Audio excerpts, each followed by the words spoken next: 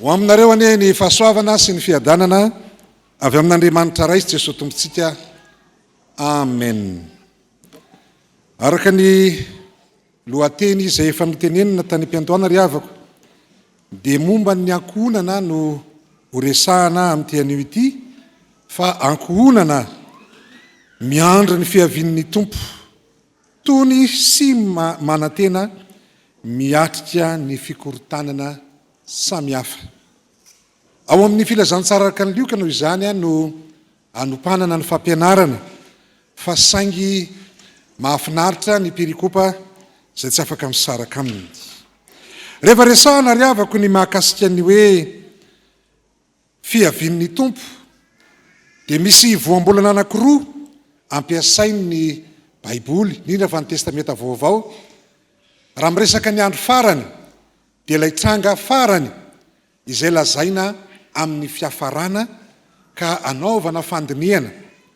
Io fihafarana io amin'ny ankapobeny dia tsy andro ray, fa raha amin'ny teny frantsay izy dia pluriel foana no ilazana ny andro farany, andro maromaro.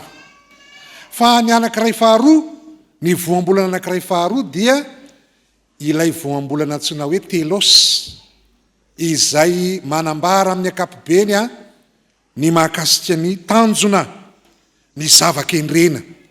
Ka raha resahana zany ny fihafaranana, ny fihavian'ny Tompo, dia tsy zavatra mitrangatapaka tahaka ny accident, fa efa nomanina Andriamanitra ho any amin'ny tanjona mazava izao tontolo izao.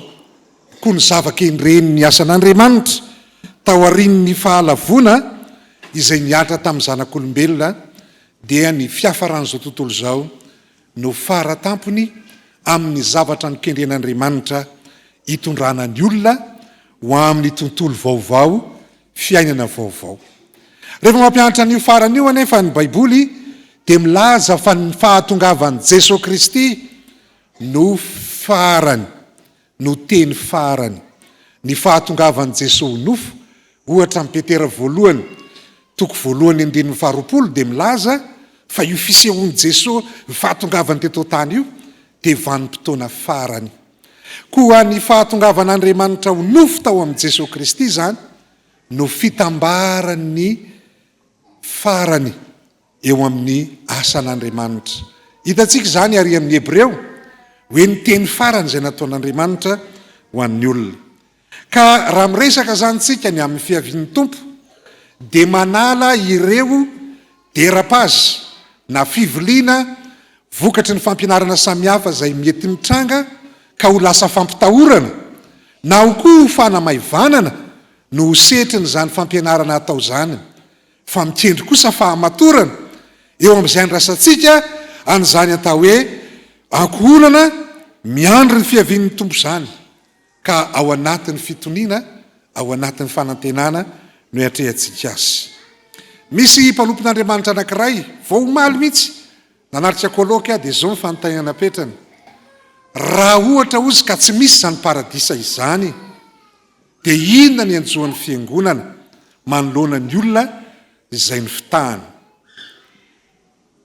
Dia tsy mivaliany ilay fanontaniana fa napetrany fotsiny. Fa ny zava-dehibe ry havako dia izao no hoe ilioka amin'ny maha mpanoratra ny filazantsara azy, dia misy teksta 12 ao amin'ny asa soratra lioka izay ampifandraisiny amin'ny fotoana farany sy ny fihavian'ny Tompo. Ka ao anatin'ireo teksta ireo, ao anatin'ireo lahatsoratra izay ampianaran'ny lioko ireo, dia averimberiny foana ny aminy hoe Jesosy no miteny. Dikan'izany ny fianaratsika, ny fiandrasatsika ny fihavian'ny Tompo dia tsy noho ny anjoanjo na noho ny lojika ny tantara, fa noho ny fanambaran'i Jesosy na ny revelation an'i Jesosy, ka tsy miorina mitahotra ny hoe raha ohatra ka tsy hisy ny paradisa. Fa mino sika fa misy ny paradisa satria i Jesosy no nanambara azy, i Jesosy no niteny azy, i Jesosy no mitondra azy raha teo. Ka ao anatin'izany dia misy zavatra anankiefatra lehibe izay diniantsika ny hoe toe-panamanao ahoana ary no hetrehan'ny ankohonana kristianina an'izany fihavian'ny Tompo izany. voalohany dia manova fomba fijery. Tsy ny start time izay ihany akory no miantsona hoe ovainy fa ny soratra masina mihitsy izany.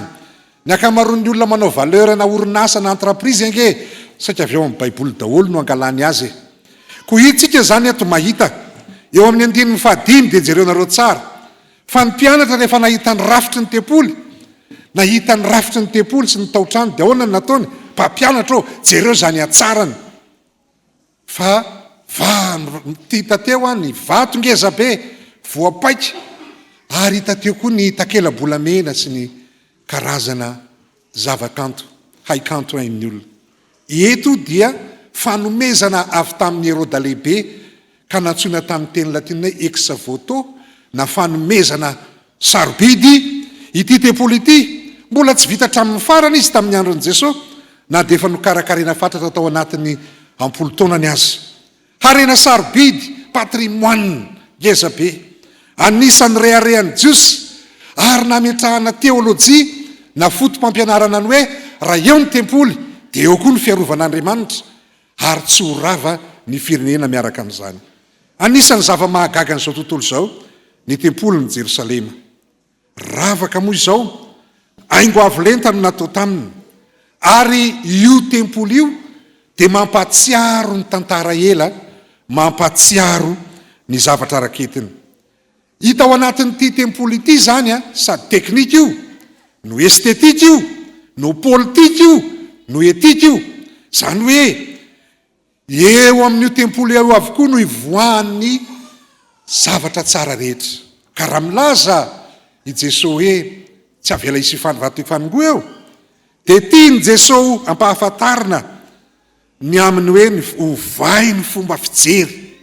Satria ny fomba fijery eto dia izao, zay zavatra azo kasain'ny tanana, tsapain'ny tanana, zavatra hitan'ny maso, ny estetika, zavatra hita, zany no heverina anakinana ny fiadanana.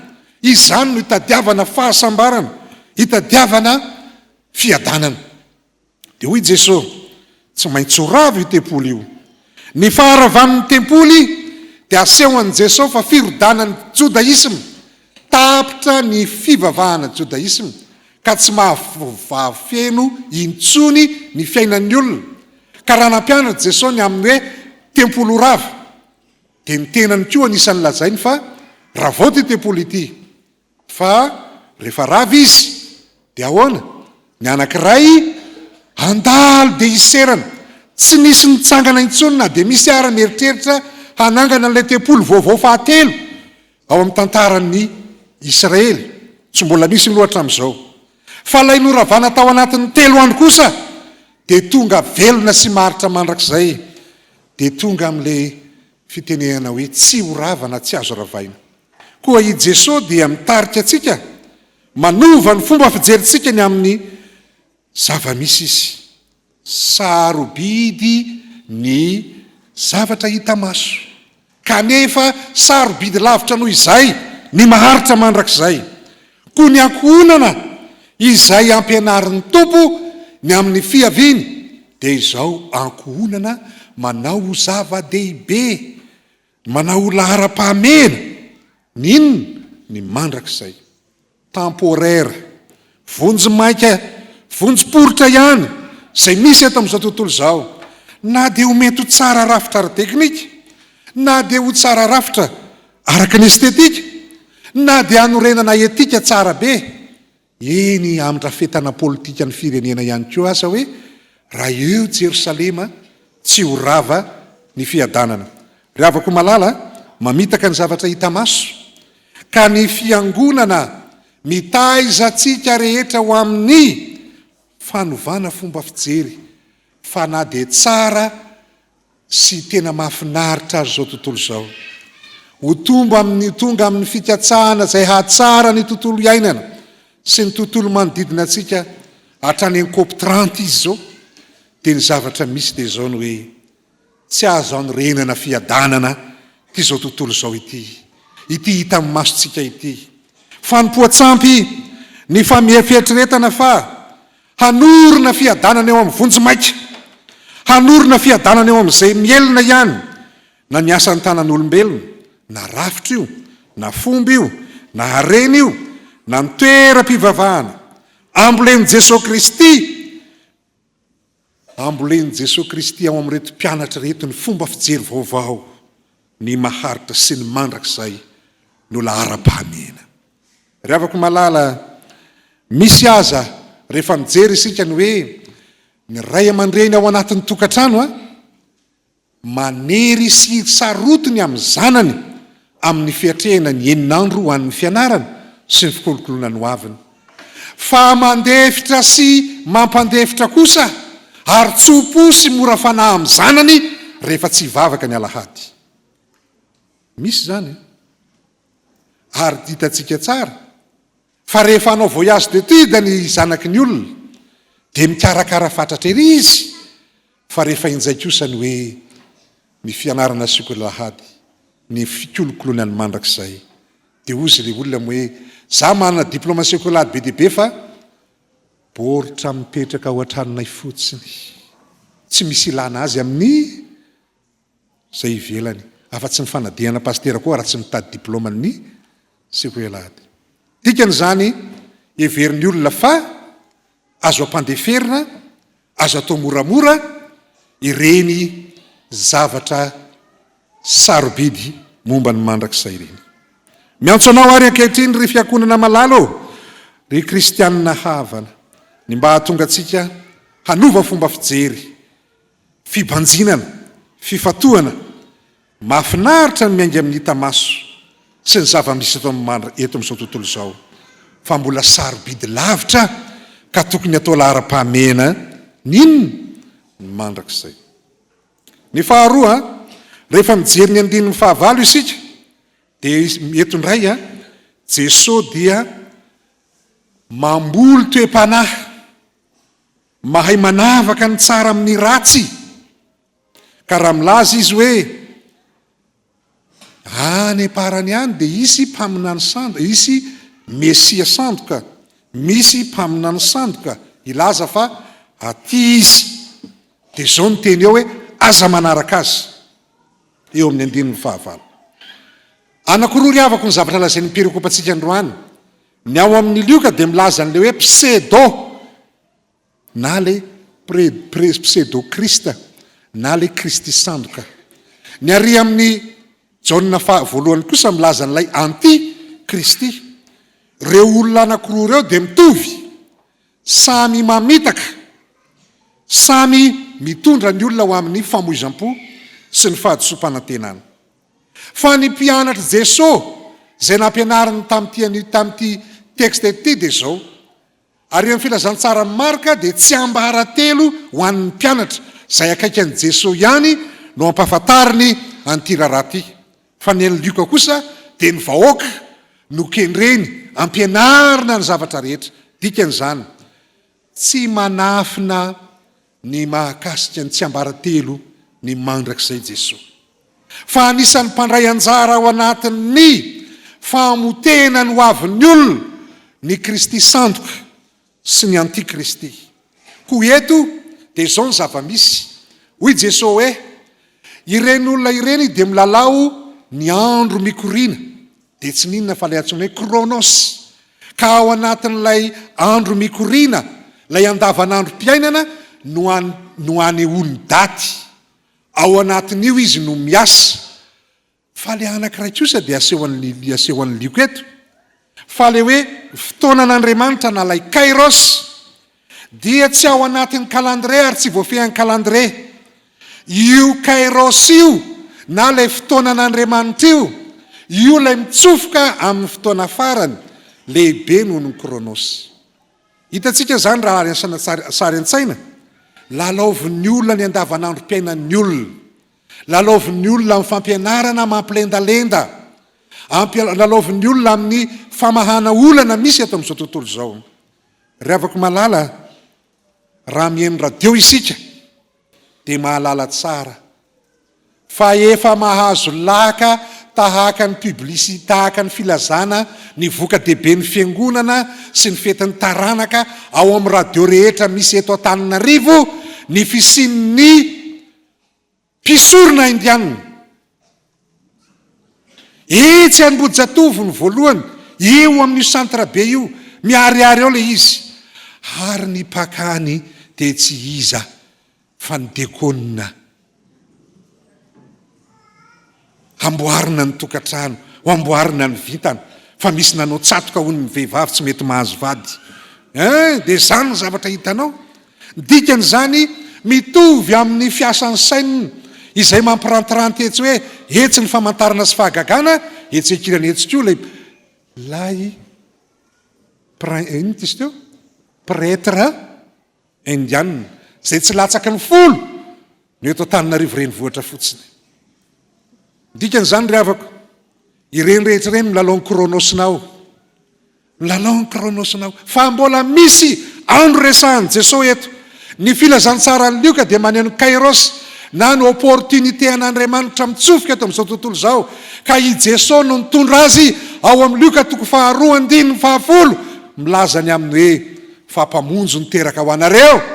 Anio io ny fotoanan'Andriamanitra fanararoatra, ka tsy lasilasiana, fa io lay antsoina hoe dertag tamin'ny ady lehibe faharoa. Rehefa nilazany zany Hitler hoe dertag, dia zao ny fotoanan'ny fandresena, zao ny fotoanan'ny fahombiazana. Fa eto kosa le dertag dia ao amin'ny Jesosy Kristy no misy azy. Rehefa niona tamin'i Jesosy Zakaiosy, dia ahoana nataon'i Jesosy? Anio ny tonga amin'ity trano ity ny famonjena. Rehefa niona tamin'i Jesosy le jolaty eo ambony hazo fijaliana, dia ahoana? Anio eo nanao amika ny paradisa. Ry havako malala, manome antsika fomba entitra Jesosy mba haizantsika manavaka ny tsara amin'ny ratsy. Fa ny olona izay voafitaka an'ireo antikristy sy pseudo-krist ireo, dia ahoana? Tonga amin'ny famoizam-po, tonga amin'ny fahakiviana ho amin'ny faharerahana izy. Fa ny nanetsika ny olona tao anatin'io mantsy dia tsinona, fa lay fahalinana na le antsoina hoe curiosité. Ny fahalinana dia tsy mitondra makaiza, fa miodikodiny eo amin'ny fahafahapo sy ny fahafinaretana. Fahafinaretana ny lalaovan'ny reny, fa tsy tena vahaolana. Aza manaraka azy ho Jesosy.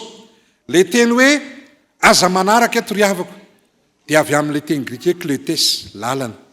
Fa avy amin'le teny katolika izay tsika rehetra le hoe akolita. Izy ny akolitan'ny mopera, dia izay miaraka manatanteraka sorona aminy. Ianao zany aza lasa akolitany reny mpampianatra sandoka reny, miara-dalana aminy, tsy misaraka aminy, fa misy ane olona tsy mivoaka ny tranony raha tsy mahenao amin'ny radio hoe nitombitanao androany. Ny akanjo anaovanao androany izy asiana petipetina mihitsy, dia tsy asiana petipetina mihitsy. Ianao androany dia aza maretana n'olona mihitsy, fa raha maretana n'olona ianao androany dia misy zavatra azo anao. Dia maninona tokoa le olona? Nefa n'izy mpivavaka be a. Dikan'izany ry havako a, i Jesosy dia milaza amintsika ny hoe mba tsy hahatonga anao kivy, tsy ho azo ny famoizam-po, dia omena ny fanahy masina ianao. Lay voalaza ry amin'ny Jaona le ositra izay mahatonga antsika tsy ampianarin'olona. Lay tsy ampianarin'olona ry havako, dia le fahazavan-tsaina sy fitariana feno ataon'ny fanahy masina antsika, izay nanositra antsika teo amin'ny batisy, ka nahatonga antsika ho zanak'Andriamanitra, ary tsy hisalasala amin'izany na hametraka fanontaniana.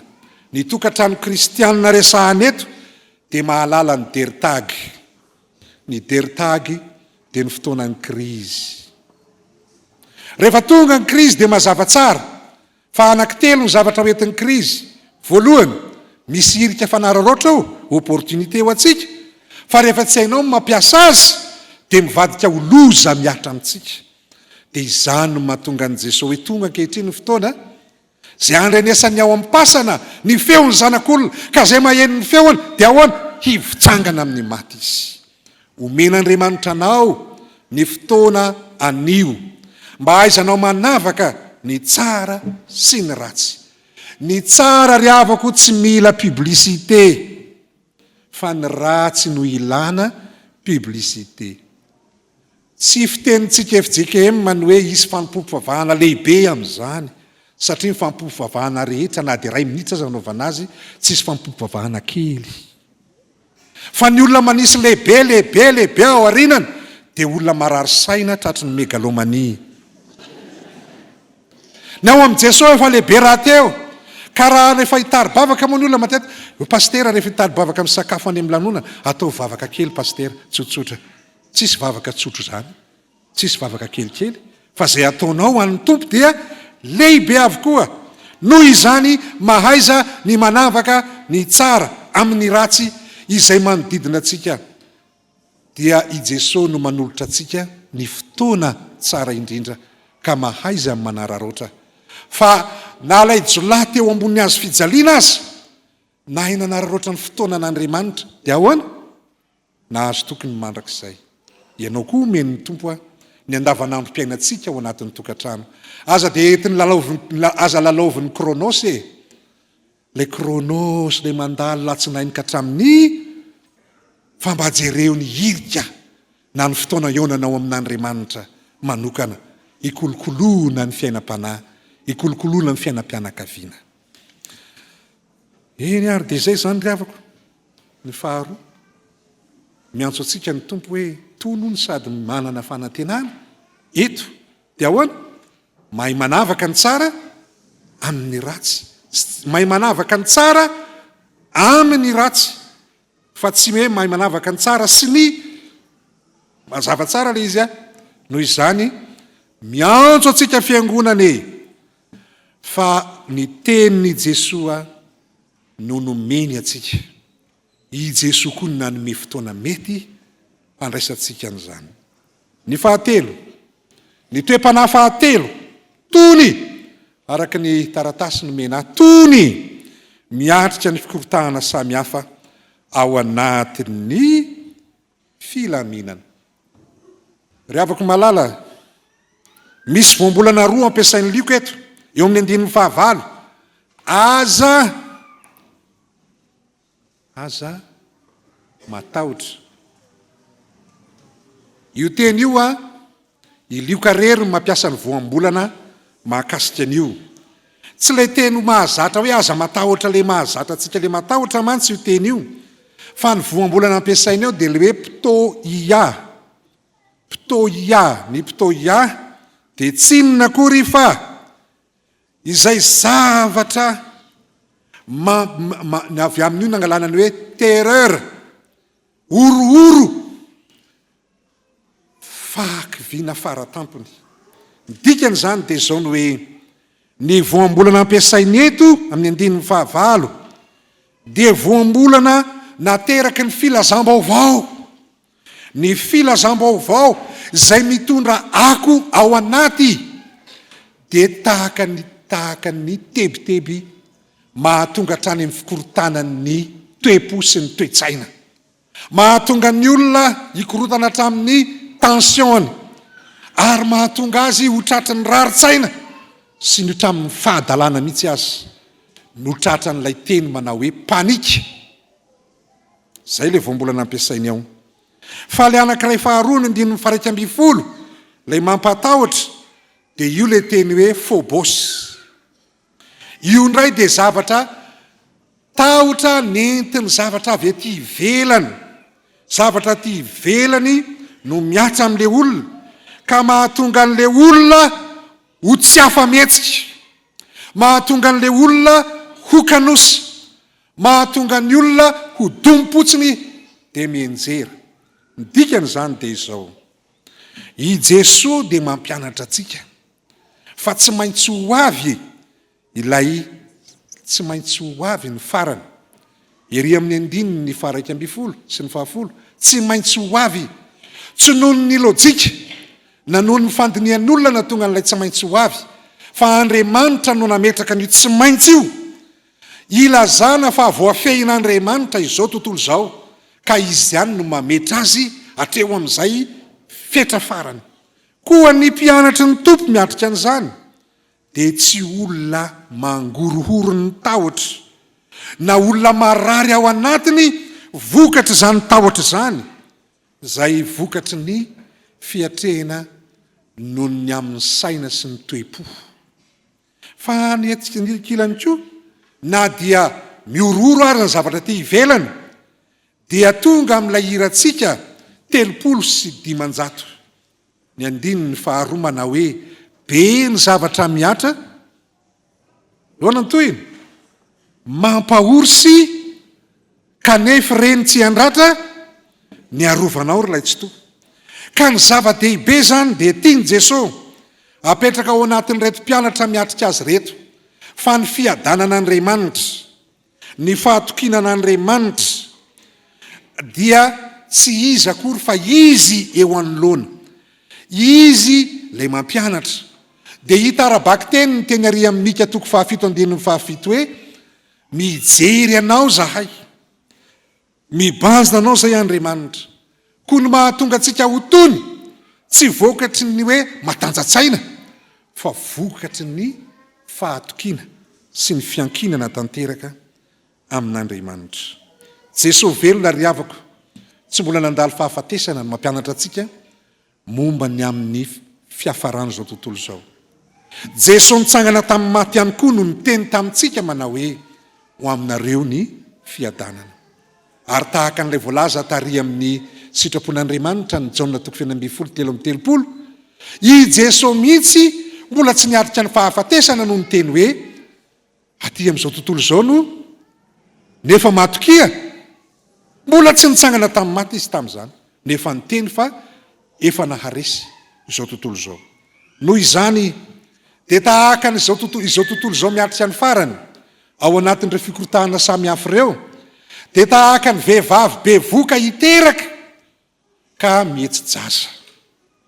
Tsy ilay vanim-potoana mampihetsi-jaza no mahatonga ny fianakaviana hitangorona fa fiandrasana n'ilay zaza ateraka.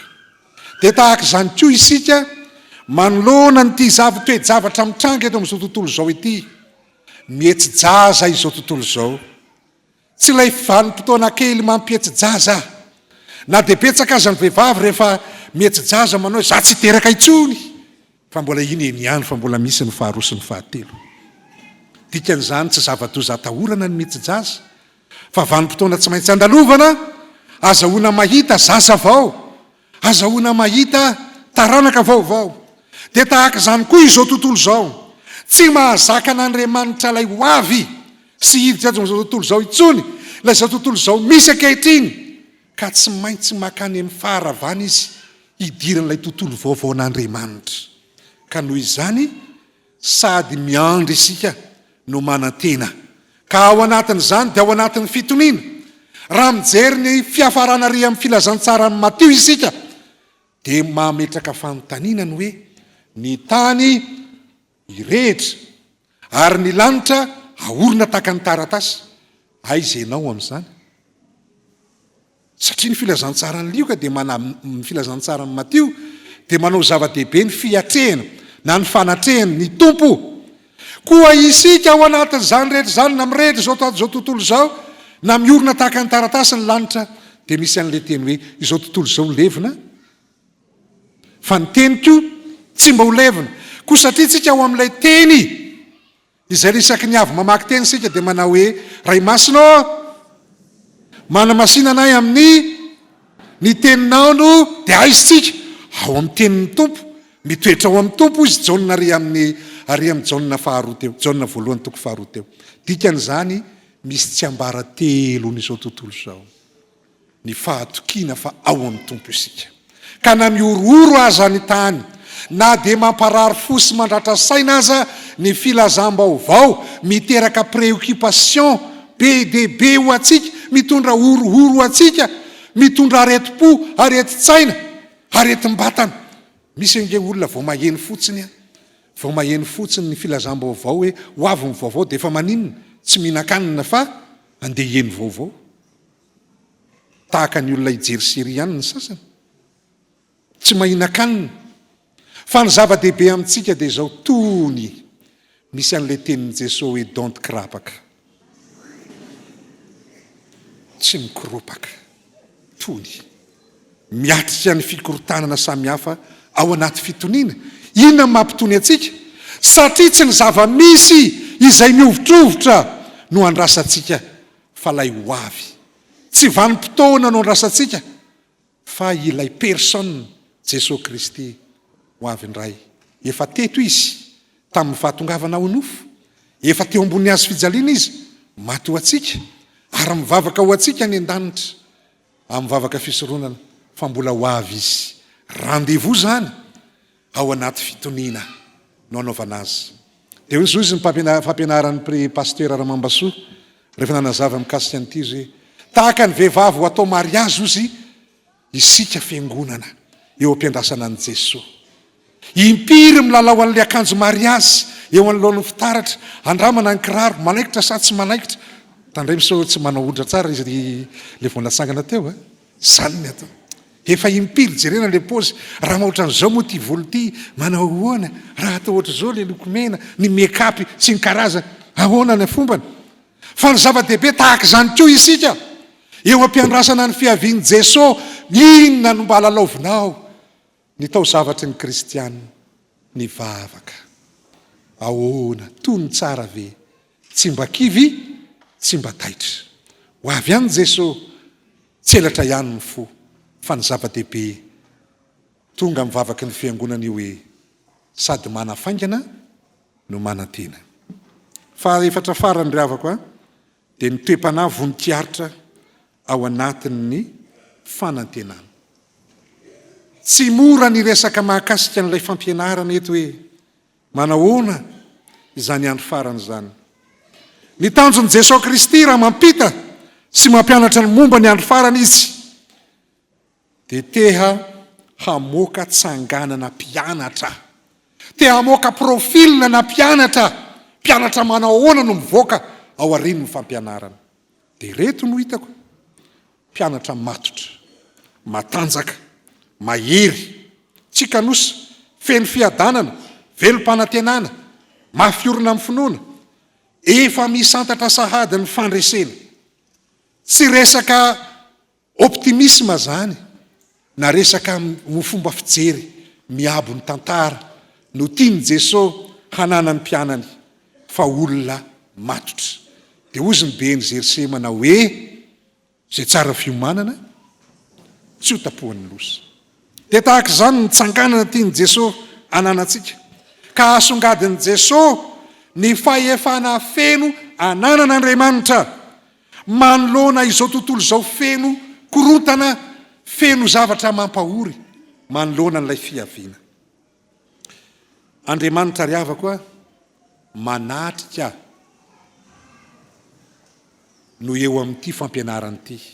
Tsarotsika tsara ve le tenin'i Jesosy ary amin'ny toko 6:10 raha niakatra tao Jerosalema izy manao hoe ny tranoko atao hoe, fa ianareo kosa efa nanao azy tranoniza le tempoly, tranon'i Jesosy. Dikan'izany Jesosy dia tsy iza fa ilay Andriamanitra manatrika, ilay Andriamanitra akaiky, ilay Andriamanitra manolo-tsaina, ilay Andriamanitra mampafantatra ny marina, ka ny marina dia izao miaraka sy miandany amin'ny olony Andriamanitra, ka tsy mamela ny olony ho tapohiny loza. Asehon'i Jesosy fa tsy tranga na loza ny fihavian'ny andro farany, fa toe-javatra nampiterahan'Andriamanitra hazahoana manolo ny tota hidirany vaovao. Noho izany andrandraina fatratra io fihaviana io ao anatin'ny fanantenana. Koa efa nresahantsika tary aloha ry havako ny teny hoe samihafa ny voambolana momba ny andro farany sy ny hoe lay telosy farany ihany koa, fa ny anankiray zavatra kendrena, tanjona kendrena nataon'Andriamanitra. Koa ny tanjon'Andriamanitra dia maneho amintsika fa ny farany dia fiatombohana miditra makany amin'ny mandrakizay. Manomboka eo amin'ny fiafarana izy. Tany amin'ny terminal dia rehefa mirehirebe le mpianatra ao amin'ny toeram-panomena ao amin'ny lycée, dia zao nataon'le mpampianatra, tsarovy tsara zalahy fa nareo mifaratapony eto amin'ny lycée fa nareo maternel ny université. Dia tahaka izany koa tsika ry havako, eo am-piandrasana nyty andro farany ity dia mahita ny hoe tonga eo amin'ny faratampony loza tsika, fa eo kosa tsika manomboka ny fiandohan'ny hidirana amin'ny mandrakizay na dia teteza mita ihany azy. tiany Jesosy ao anatin'izany fa ny mpianatra izay ampianarin'i Jesosy tsy olona mivalakehitra ka kararakivy eo ampiandrasana azy fa olona mihetsika sy miasa eo am-panatanterahana zany fihaviany zany koa sady miandry no miasa tsy nanao ohatran'ny fiangonana tany Tesalonika ny sasany rehefa hoe ho avy Jesosy dia ahoana andao amidy daholo ny kisosiny vorona fa hiakatra ny tendrombohitra iandry an'izy miandry an'i Jesosy fa ao anatin'ny asa eo ampiatrehana ny asa no anatanterahana ny fihaviany Jesosy ao anatin'izany no atonga ny kristianina iomana ny kristianina ry havako eo ampiatrehana ny fihaviany Jesosy dia efa misantatra sahady ny fandresena ao amin'i Jesosy ka ny fandreseny dia tsy activism fa dinamika zany hoe mitondra antsika hivoaka ao amin'ilay fidikidonana mahazatra ka hahita maso fa ny tontolontsika dia eo anelanelan'ny le déjà et les pas encore efa teto Jesosy mbola ho avy izy ka ao anelanelan'izany vanim-potoana anankiroa zany no hivelomantsika hisantaratsika hianaratsika ny andro farany dia tamin'ny alalan'ny nanaovana batisanao no nanomboany satria ianao olom-baovao efa ao anatinao ny fanahy masina efa ao aminao ny fiainana mandrakizay marina ny fanazavana teo ny amin'ny fiainana mandrakizay an'Andriamanitra ny mandrakizay fa rehefa miainana ny fiainana mandrakizay isika dia misantatra ny fiainan'Andriamanitra efa tonga ao anatitsika zany mandrakizay zany na dia tsy mbola feno aza ny ainana azy ankehitriny dia efa manandratsira isika ka ny kristianina manandratsira dia kristianina tsotsontsho tsy anankidimy tsy voalohany tsotra tsy faharoa tsara tsy fahatelo tsiro tsy fahaefatra tsy aro ary ny tsy fahadimy tsy ory ka eo ampiandrasana ny tompo isika dia tsitsontsö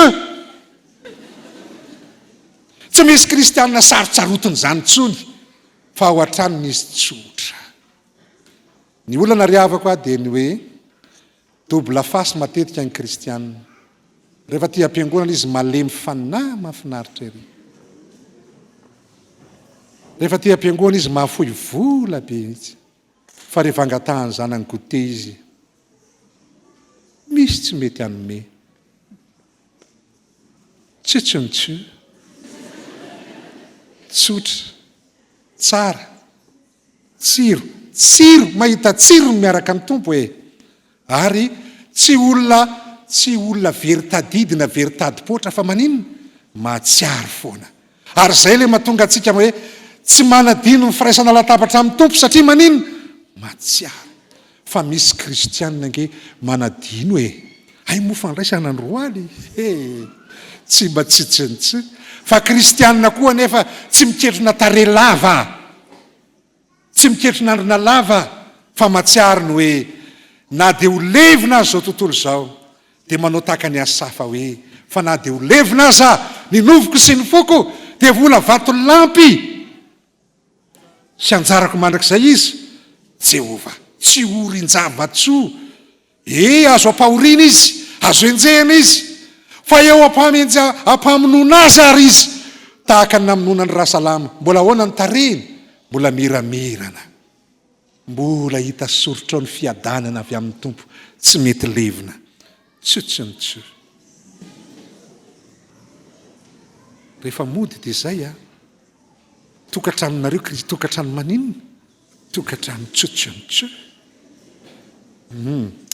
farany ry havako eto am-pamaranana satria ny resahako teo hoe ty fampianarana taon'i Jesosy ty dia mikendry tsanganan'olona tahaka ahoana no mivoaka rehefa nandreny mahakasika an'izany fampianarana momba ny fihaviany Jesosy fanondrony zany dia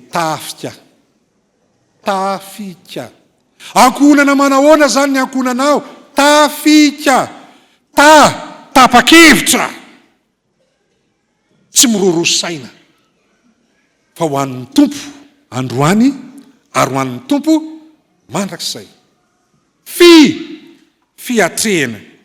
Ny fiatrehana ny fihavian'ny tompo ry havako, betsaka ny mamaritra fotoana, betsaka no milaza daty, dia iny ny omanana. Fa Jesosy ny laza hoe aoka hirehitra ny jironareo, isikina ny valahanareo. Dikan'izany, ny isan'androntsika dia fiatrehana ny Jesosy. Ny isan'androntsika dia tsikoropaka ho an'ny Jesosy. Dia ozy izy le nampianatra ndray taria tany amin'ny toerana anankiray, tany amin'ny faritra vivavaradrano. Dia nanontany le olona manao hoe akanjo manao ahoana moa zany tsy ananan'ny Jesosy ry pastera? Dia ozy aho hoe zay akanjo anaovanao andavanandro no itsenanao an'i Jesosy, na madio iny na maloto. Fa izaho zao raha itsenan'i Jesosy tsy hoe aizan'ireo pastoral ka dia itsenan'i Jesosy rehefa ho avy izy, fa zay eny amiko no itsenako azy. Mety ve zany mipataloha sa tsy mety? Efa iny zany ny andavanandro laoko. Mety sa tsy mety? Ao anatin'iny ny tsenanao an'izy. Tsenanao an'i Jesosy, zany le izy. Ko dikan'izany ry havako a, isika dia ao anatin'ny fiatrehana amin'ny andavanandro. Io no mahatonga antsika protestanta manana n'ilay teny anankitelo izay tsy inona fa fiomanana isan'andro dia ny hoe mpanota mandrakariva, fa tsy mijanona eo mandrakariva, fa maninona? Bebaka mandrakariva, ary tsy mibebaka mandrakariva ihany fa voavela eloka mandrakariva, hahita fiadanana mandrakariva. Tsy misy kristianina matory raha tsy efa nandalo an'ireo sehatra ireo alohan'ny anankimpinin'ny masony, dia mahazo antoka izy fa voavela eloka. Mahatsiaro fa voavela eloka. Katroka, toe-panavonina, marisika, miasa, mamokatra ho an'ny tompo. Tsy vonjy maika ny asa tanterahantsika ho amin'ny fitoriana ny filazantsara sy ny fanatanterahana iraka, fa toe-panahan'olona vonina sy manomana ny fiainany ho amin'ilay fihaviana mahafinaritra. Ka sady miasa izy no mamokatra. Ao anatin'ny fikatroana isika. Ary zay le mahatonga ny marika 17 tamin'ny herin'ny androany ny lazany hoe ary tahaka ny tompo-trano nandeha hivahinana tany lavitra ka nametraka raharaha, nametraka andraikitra samihafa, fiandrasana varavarana mandra-piavana. Eo ampihavian'ny tompo a, tsy kristianina mikroaze le bra, tsy kristianina madio tanana no hitan'i Jesosy rehefa ho avy izy, fa kristianina miasa, misasatra, ny kely aina. Ko amin'izany dia tsy hoe kristianina miasa jambarafozana, fa kristianina manantena koa an'ilay teny hoe satria fantatrareo fa tsy foana tsy akory izanareo aina ao amin'ny tompo. Ankohonana tony miandry ny fihavian'i Jesosy ao anatin'ny fanantenana dia ankohonana tapa-kevitra ao anaty fiatrehana ary katroka. Taloha moa ry havako a, dia nisy ilay fanafody DDT. Fa ny kristianina na ny ankohonana miatrika ny tompo dia ankohonana DDT, décidé, débrouillard, zay le katroka. Ary ny te farany toujours prêt. Ho an'Andriamanitra ny voninahitra ho amintsika ny fiadanany. Amen.